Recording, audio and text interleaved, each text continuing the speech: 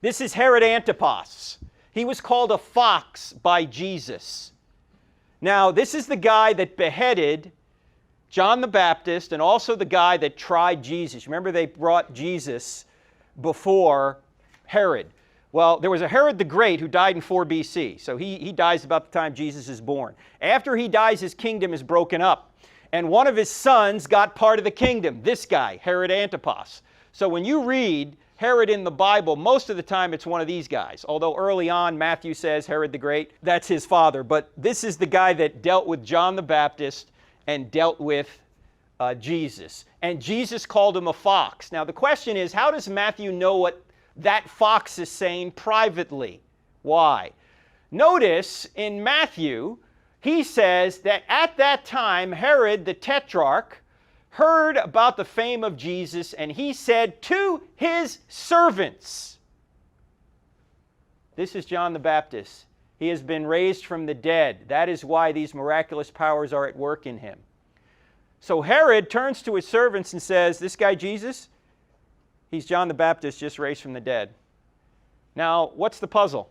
How did he hear what the servant said? That's right, Josh. How does he know, how would Matthew know what Herod said to his servants? Now, you could say, well, God revealed it to him, right? Of course, you could say that, but you don't even need to go there. Why not? Because another writer has the missing puzzle piece. If you go to Luke, Luke says, and the 12 were with Jesus. This is a totally unrelated passage. It has nothing to do with Herod, really. It has nothing to do with this instance. The 12 were with Jesus, and certain women who had been healed of evil spirits and infirmities, Mary called Magdalene, out of whom had come 7 demons. Gee, there's a great eyewitness for you, right?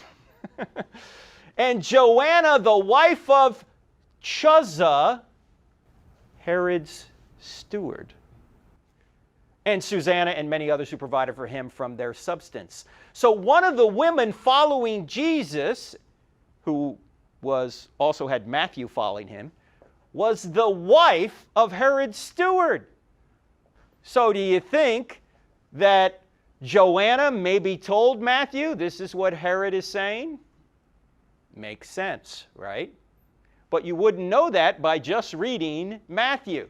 So now, not only do you have John affirming Luke, now you've got Luke solving Matthew.